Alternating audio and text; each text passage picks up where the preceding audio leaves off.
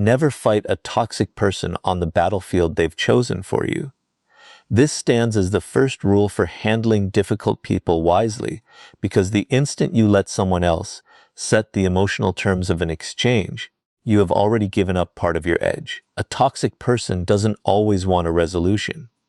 Sometimes what they want is a reaction. They provoke, blame, exaggerate, twist your words, question your motives, and push you toward anger because they know an emotional response makes you easier to manage. The wisest person spots this before ever stepping into the trap. Consider what happens the moment someone insults you and you fire back with an insult of your own. The exchange stops being about their behavior. It turns into a clash between two people, and suddenly they've successfully shifted attention away from what they did. They wanted you furious, and now you are. They wanted you on the defensive, and now you're justifying yourself. They wanted disorder, and now you're feeding it. This is why intelligence in relationships isn't only about knowing what to say. It's about knowing when to stay out of the game entirely. A toxic person may hand you an invitation dressed up as an attack. They say something meant to make you prove yourself. They challenge your character. They deliver a disrespectful remark and then wait to see how fast you rush to defend your dignity. They manufacture a problem and then watch how eagerly you jump to fix it. The inexperienced person answers right away. The strategic person waits. That single pause can change everything. You don't owe a response to every accusation. You don't have to correct every false claim. You don't need to defend yourself against every interpretation someone invents about you. Sometimes the strongest move is to watch what the other person is actually trying to achieve before deciding whether their words are worth your energy. This isn't about becoming passive. It's about refusing to react without thinking. There's a real difference between weakness and restraint. Weakness is the inability to respond. Restraint is having the capacity to respond and instead choosing the reaction that serves you best. A toxic person often wants you to feel that immediate action is required. They manufacture urgency. They demand answers. They insist you respond right now. They want you emotional, because emotional people make choices they later regret. Don't let someone else's urgency dictate your own. Slow down. Observe, think, then decide. Ask yourself what's really going on here.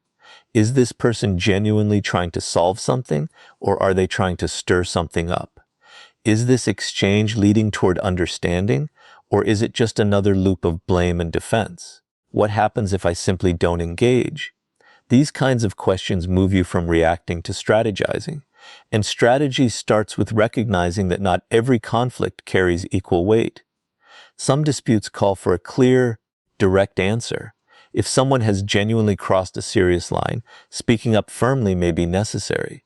If your reputation, safety, career, or important relationships are on the line, staying quiet might not be wise. You can state facts, set limits, and protect yourself without letting the conflict consume you, but most minor provocations don't deserve that same level of investment. Someone tosses out a sarcastic remark. You don't have to hit back. Someone tries to trigger your jealousy. You don't have to perform detachment. Someone tries to pull you into gossip. You can decline. Someone demands you justify a perfectly reasonable choice. You can simply repeat yourself calmly and stop explaining. The smartest way to handle toxicity isn't to outplay the toxic person at their own game. It's refusing to play a game built specifically to wear you down. This is where observation becomes your greatest asset. Once you stop reacting instantly, you begin to notice patterns. You see which subjects consistently spark conflict. You notice when their kindness shows up only when they need something. You notice how they act when told no. You notice whether their apologies lead to real change or simply reset the same cycle. You don't need to point out these observations out loud. Just remember them, because patterns reveal far more than promises ever will. A person might tell you they respect you, but watch what happens the moment you set a boundary. A person might claim to despise drama, yet notice whether they keep generating it. A person might describe themselves as honest while constantly rewriting their story once confronted. Don't burn your energy trying to force someone to admit what their actions have already proven. Trust the pattern. This is one of the wisest forms of self-protection because it eliminates the need for endless confrontation. You stop trying to persuade people to change. Instead, you adjust how much access, trust, and involvement you give them based on what they consistently show you. And that's where your power starts to return. You no longer need to win every argument. You no longer need the last word. You no longer need to unmask every manipulation. You no longer need a toxic person to recognize that they're toxic. Your job becomes much simpler. Guard your judgment, your boundaries, your time, and your peace. A toxic person can only drag you deep into their world if you let their behavior control your attention. So before you respond, pause. Before you defend yourself, observe. Before you step into the fight, ask whether that fight even deserves you. Because the smartest approach to toxic people isn't becoming better at battling them. It's becoming better at recognizing which battles they'll never manage to pull you into. The moment you stop letting a toxic person steer your emotions, the entire dynamic starts to shift. They may still raise their voice. They may still criticize you. They may still try to provoke you. But their behavior loses its most powerful weapon, your instant reaction. This is where emotional control becomes one of the smartest forms of self-protection. You're not trying to turn cold. You're learning to build a space between what someone does and what you choose to do in response. A toxic person often studies your reactions without ever admitting to themselves that's what they're doing. They figure out what makes you angry, what makes you defensive, what makes you insecure, and what makes you chase their approval. Once they've identified those pressure points, they can press them again whenever they want to tilt the balance in their favor. They say something cutting, and you defend yourself. They pull back affection, and you go chasing after them. They criticize you, and you launch into explanations. They accuse you, and you start proving your innocence. They grow distant, and you become desperate for reassurance. Notice the pattern. The other person shifts one piece, and yours moves automatically. That's influence.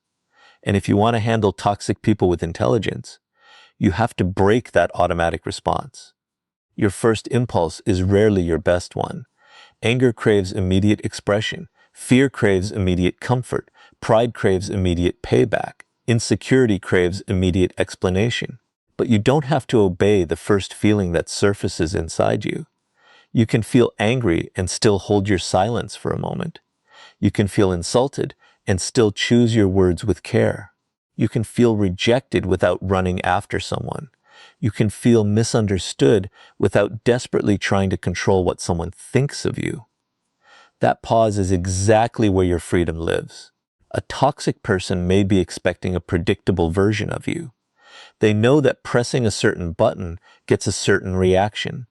The moment you stop following that script, their power to manipulate the interaction weakens. Picture someone deliberately making a disrespectful comment in front of others. Their goal may be to make you lose your composure. If you blow up, they can point straight at your reaction, and suddenly the conversation becomes about your anger instead of their behavior. But if you stay calm and simply say that was uncalled for, you've changed the entire tone of the room. You didn't back down, you didn't attack. You simply refuse to give them the emotional show they were angling for. This isn't about pretending disrespect doesn't touch you. It's about deciding that someone else's behavior doesn't get automatic control over your nervous system, your attention, or your choices. There will be times you genuinely need to speak up. Emotional control doesn't mean tolerating mistreatment without any consequence. It means acting from intention rather than impulse. Sometimes the strongest sentence is simply direct. Don't speak to me that way. Sometimes it's better to walk away from the conversation. Sometimes you need to document what happened and handle it through the proper channel. Sometimes you need to cut off contact entirely. The right approach depends on the situation. But whatever you choose, choose it once the emotion has settled enough for clear thinking. This matters especially when a toxic person tries to manufacture urgency. They might demand an immediate answer. They might say, if you actually cared, you'd respond right now. They might accuse you of dodging the issue simply because you won't argue while upset. Don't let their urgency set your timeline. You're allowed to say, I'll talk about this once we can have a productive conversation, and then step away. You haven't lost anything. You've set a condition for communication. And there's one more thing worth understanding. Emotional control isn't the same thing as emotional suppression. If you keep swallowing anger, resentment, and disappointment without ever processing them, they build up over time. The goal isn't to pretend everything is fine. The goal is to understand what you're feeling without letting that feeling make every decision on your behalf. After the interaction, ask yourself what actually got to you. Was it disrespect? Was it a fear of rejection? Was it embarrassment? Was it the sense that you weren't valued? Understanding the emotion makes it far less mysterious. Once you know what someone triggered inside you, you become less vulnerable the next time that same trigger appears. This is why self-awareness functions as a form of defense. Nobody can easily exploit a weakness you've already identified and learned to manage. If you know criticism makes you desperate to justify yourself, you can pause before explaining. If you know rejection makes you chase people, you can hold back. If you know conflict makes you angry, you can delay your response until you've calmed down. You're no longer discovering your own weak points in the middle of a confrontation. You already know where they are, and that changes your presence entirely. You become calmer without becoming passive. You become firmer without becoming aggressive. You become harder to predict for people who rely on provoking you. Most importantly, you stop mistaking reaction for strength. Anyone can shout. Anyone can insult. Anyone can retaliate. Real strength is having enough self-control to choose the response that protects your long-term interests. A toxic person may keep trying to drag you into chaos. Let them try. Your advantage isn't that they stop misbehaving. Your advantage is that their behavior no longer decides who you become.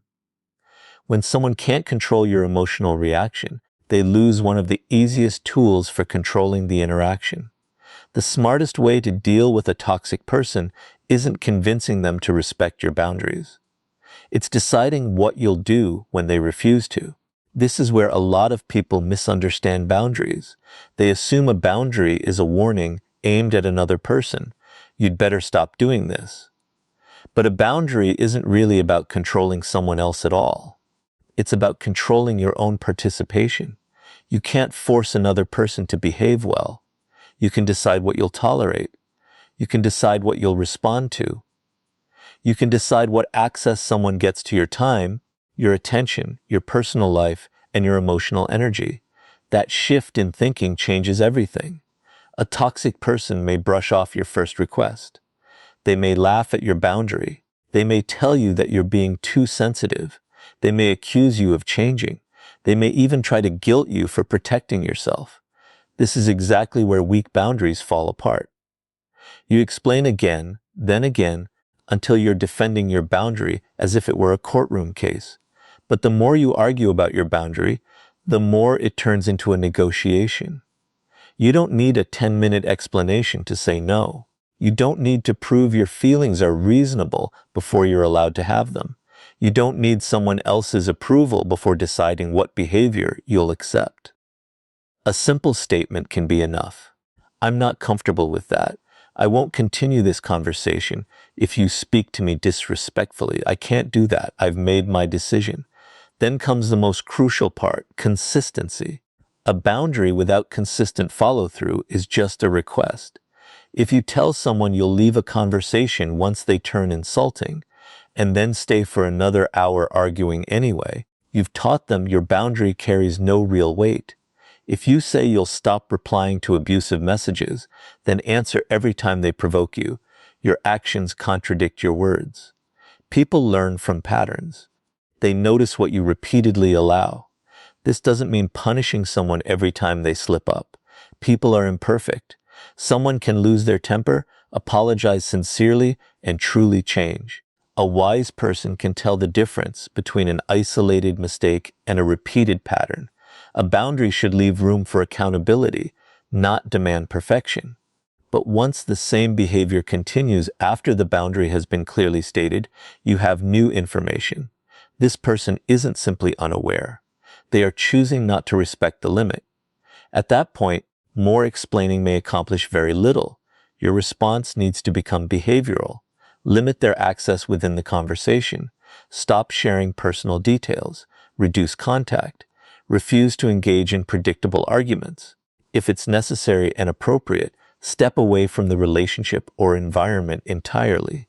A boundary draws its power from what you do, not from how loudly you announce it. This matters especially with people who love turning boundaries into debates. They ask why. You explain, and they challenge your explanation. You give another reason, and they challenge that too. Before long, the original boundary has vanished under a pile of arguments. Don't let that happen. You're not required to win a debate before you're allowed to protect yourself. Sometimes the strongest response is simply, because that's what I've decided. Then stop talking. Silence can protect a boundary better than another paragraph of explanation ever could. There's another mistake people commonly make. They set boundaries only after reaching a breaking point. They tolerate small disrespect for months, staying silent, then suddenly explode. Now the other person fixates on the explosion instead of the behavior that caused it. This is why boundaries should be set early and calmly. You don't have to wait until you despise someone before creating distance. You can notice discomfort early. You can speak up early. You can adjust access early. You can stop resentment from becoming the only language left between you two. This isn't cruelty, it's maintenance. Think of your attention and emotional energy as limited resources. If you allow someone to repeatedly drain them without any consequence, you'll eventually have less patience left for everyone else in your life. A toxic relationship never stays contained. It starts bleeding into your work, your confidence, your other relationships, and your ability to think clearly. That's why boundaries aren't only about protecting yourself from one person. They're about protecting the overall quality of the life you're building. And once you grasp this, you stop feeling guilty every time you create distance. You realize saying no to one person can sometimes mean saying yes to your own peace. You realize ending one destructive conversation can safeguard an entire day. You realize refusing one unnecessary argument can preserve energy that belongs somewhere more valuable. Most importantly, you stop trying to control the toxic person altogether. You can't control whether they get angry. You can't control whether they understand. You can't control whether they call you selfish. You can't control whether they tell others that you've changed. But you can control your own participation. That's where your real authority lives. A boundary becomes powerful the moment you stop using it to change someone else and start using it to govern your own choices. There comes a point when explanation has run its course. You've studied the pattern, mastered your emotional reactions, and set your boundaries. Yet the toxic behavior keeps going. This is where many people make yet another mistake. They believe they must keep confronting the person until that person finally gets it. They return to the same conversation over and over, repeating the same explanation, hoping one more argument will produce a different outcome. But sometimes the wisest move isn't another conversation at all. It's distance. And distance isn't always born from anger. It can be an act of clarity. When you put distance between yourself and a toxic person, you remove yourself from the environment where their behavior keeps pulling you into the same loop. You stop feeding the conflict fresh opportunities to consume your attention. Think about the pattern. They provoke. You react. They defend themselves. You explain. They twist your explanation. You defend yourself again. The conversation drags on until everyone is exhausted, yet nothing has genuinely changed. Why go back to the same battlefield? If someone has already shown they're unwilling to have a productive conversation, continuing to argue doesn't necessarily produce understanding. Sometimes it simply feeds the conflict more oxygen. Distance changes the conditions entirely. You may respond less often. You may stop engaging in unnecessary arguments. You may keep exchanges focused strictly on practical matters. You may stop sharing personal information that could later be turned against you. You may choose not to respond to provocative messages right away. And in some relationships, you may decide the healthiest choice is leaving entirely. What matters is that distance should be deliberate, not dramatic. You don't need to announce, "I'm cutting you off," so you understand what you lost. You don't need a farewell speech. You don't need to stage a public confrontation. You don't need to turn your departure into a performance. If someone has consistently proven that access to you brings more chaos than value, simply reducing that access can speak for itself. This matters especially because toxic people often thrive on ongoing engagement. Their influence expands the more you keep explaining, defending, arguing, and reacting. Every additional exchange gives them another chance to shift topics, distort the issue, or trigger another emotional response. Distance takes that opportunity away, but there's a real difference between healthy distance and silent punishment. Silent punishment says, "I want you to suffer because I'm refusing to talk to you." Healthy distance says, "This interaction isn't good for me anymore, so I'm scaling back my involvement." One is about controlling the other person's feelings. The other is about protecting your own. That difference matters. If you step back while constantly checking whether the other person has noticed, you're still psychologically tied to the conflict. If you disappear only hoping they'll chase you, your distance still revolves around them. Genuine distance gradually redirects your attention elsewhere. You return to your work, your goals, your relationships with healthy people, your responsibilities, your own growth. The toxic person shrinks in importance because your life grows larger than the conflict ever was. This is why distance can feel uncomfortable at first. After spending a long stretch inside a chaotic relationship, peace can initially feel foreign. You might feel guilty. You might question whether you were too harsh. You might feel tempted to return simply because the absence of conflict feels unfamiliar. Don't mistake familiarity for health.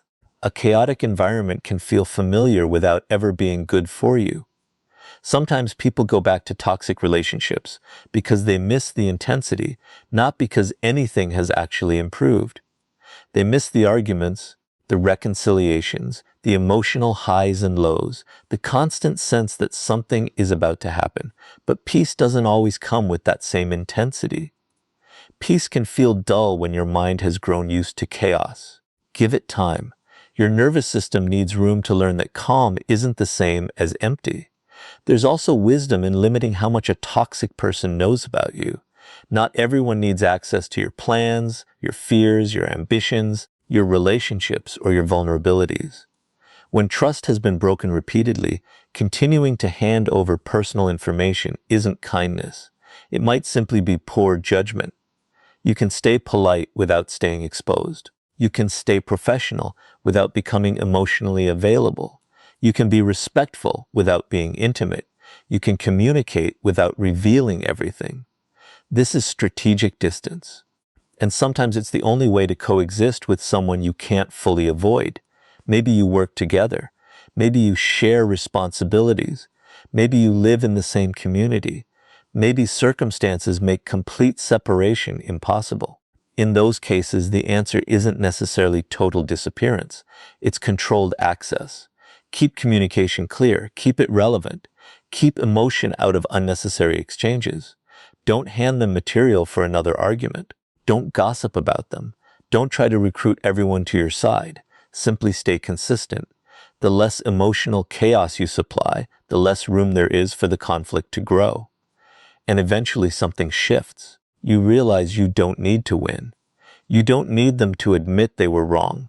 You don't need an apology from them. You don't need them to understand why you left. Your peace becomes more important than their agreement. That's the real point of distance. Sometimes the smartest way to defeat toxic behavior isn't fighting it harder, but removing yourself from the environment where it has power to reach you. One of the biggest mistakes you can make when dealing with toxic people is letting their chaos become your identity. They may provoke you, twist your words, spread their version of events, or try to make others question your character. And if you react carelessly, you may end up spending more time defending your reputation than actually living your life. This is why protecting your reputation takes more than simply avoiding conflict. It takes discipline. A toxic person may realize they can't control you directly, so they try instead to shape how others see you. They tell their story before you get the chance to tell yours. They cast themselves as the victim. They label your boundaries as arrogance. They label your silence as hostility. They label your distance as proof that you're the problem. If you get emotional, you hand their story extra fuel.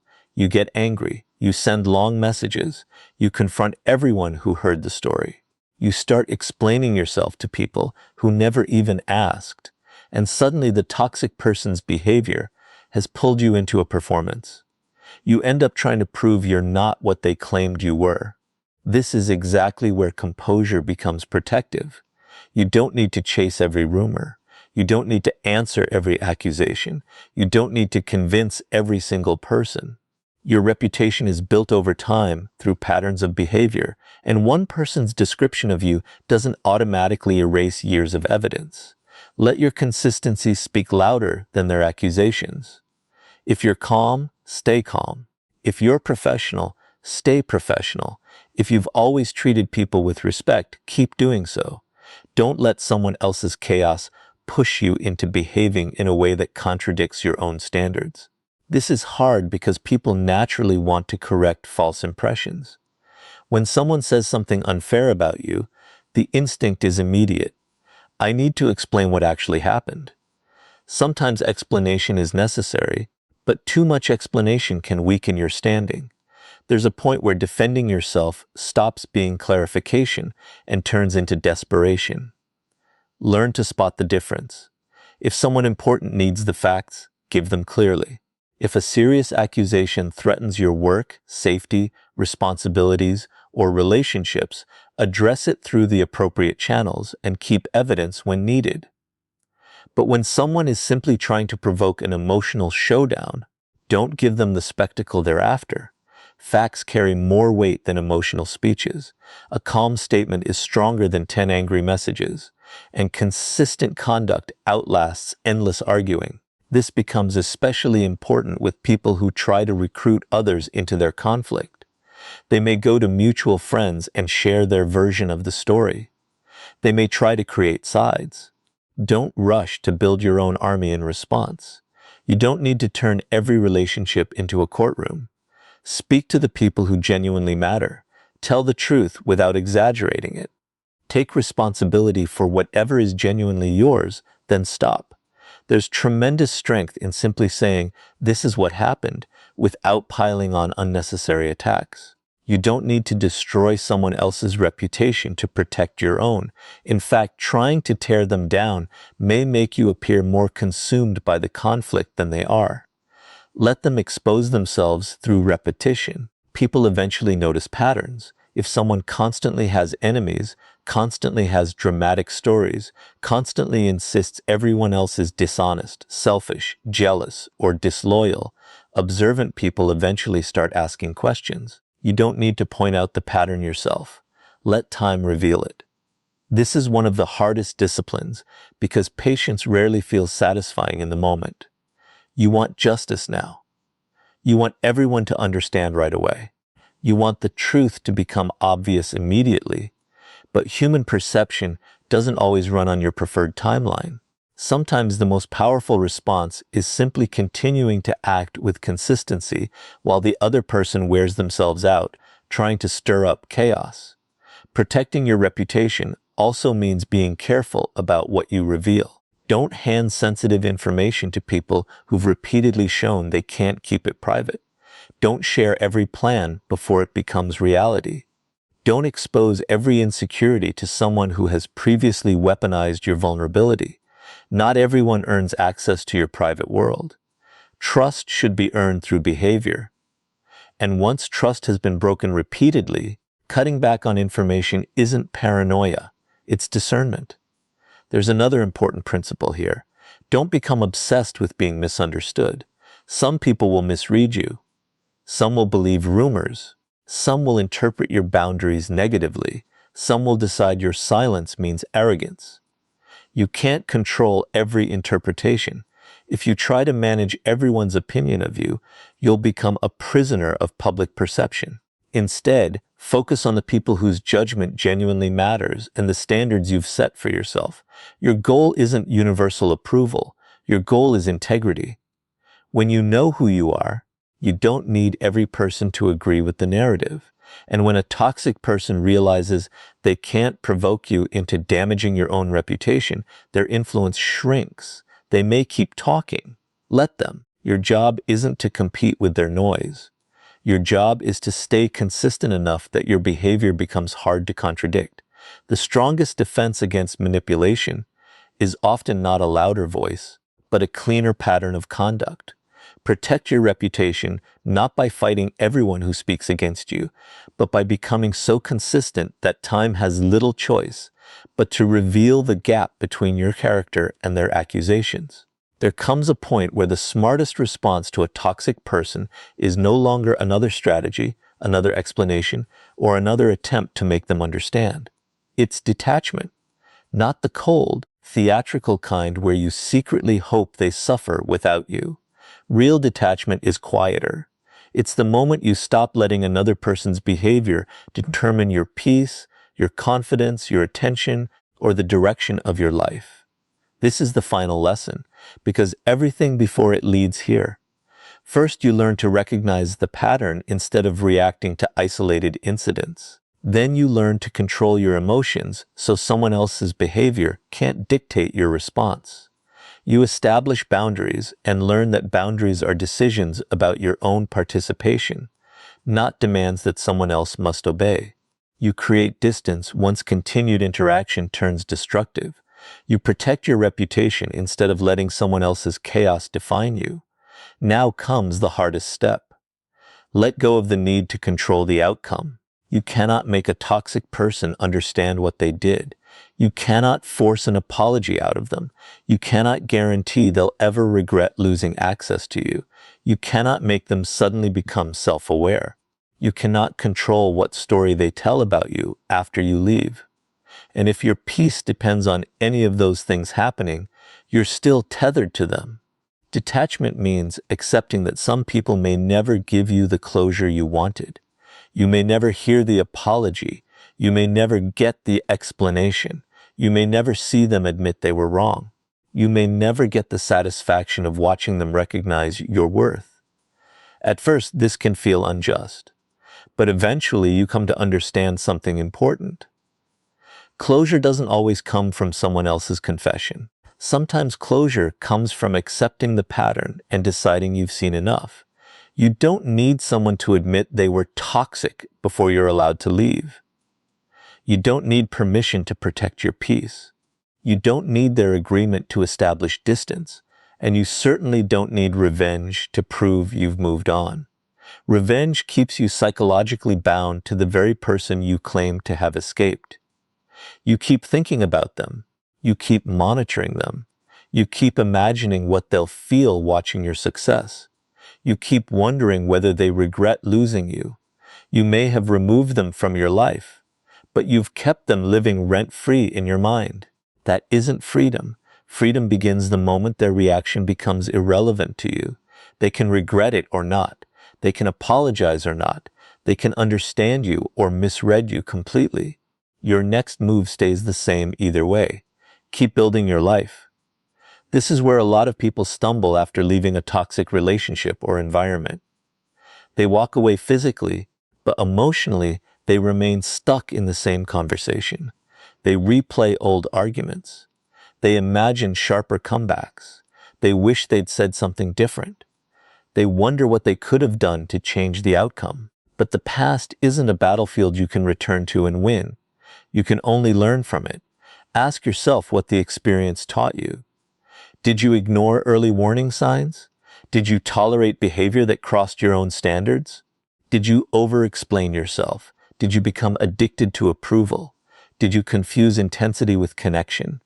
Did fear of losing someone push you to abandon your own boundaries? These questions matter far more than asking how to punish the person who hurt you, because the greatest victory isn't making the toxic person suffer. It's becoming wiser because of what happened. You start recognizing patterns sooner. You become more selective about who earns your trust. You stop granting unlimited access to people who haven't shown they can handle it responsibly. You become comfortable saying no. You become comfortable walking out of conversations designed to provoke you. You become comfortable leaving without announcing every reason why. Your standards sharpen and your life grows quieter. This doesn't mean becoming suspicious of everyone. Detachment shouldn't curdle into cynicism. Not every disagreement is manipulation. Not every mistake is toxicity. Not every difficult person deserves to be cut out of your life entirely. Wisdom requires proportion. Sometimes people deserve a conversation. Sometimes they deserve another chance. Sometimes a boundary is enough. Sometimes distance is enough. And sometimes the healthiest choice is complete separation. The skill lies in knowing the difference. You're not trying to become someone who trusts no one. You're becoming someone who trusts with discernment. You're not trying to dodge every conflict. You're becoming someone who knows which conflicts are worth their energy. You're not trying to go emotionally numb. You're becoming emotionally independent. That distinction changes everything. A strong person can still care deeply. They can still love. They can still forgive. But forgiveness doesn't require restored access. You can release resentment while keeping the boundary intact. You can wish someone well while refusing to return to the same environment. You can accept what happened without allowing it to happen again. That's maturity. And eventually something inside you shifts. The toxic person's name no longer changes your mood. Their message no longer triggers panic. Their opinion no longer defines your worth. Their absence no longer creates a need to prove yourself. Their return no longer earns automatic access. You've moved past mere reaction. You've developed judgment. That is the true purpose of learning how to handle toxic people.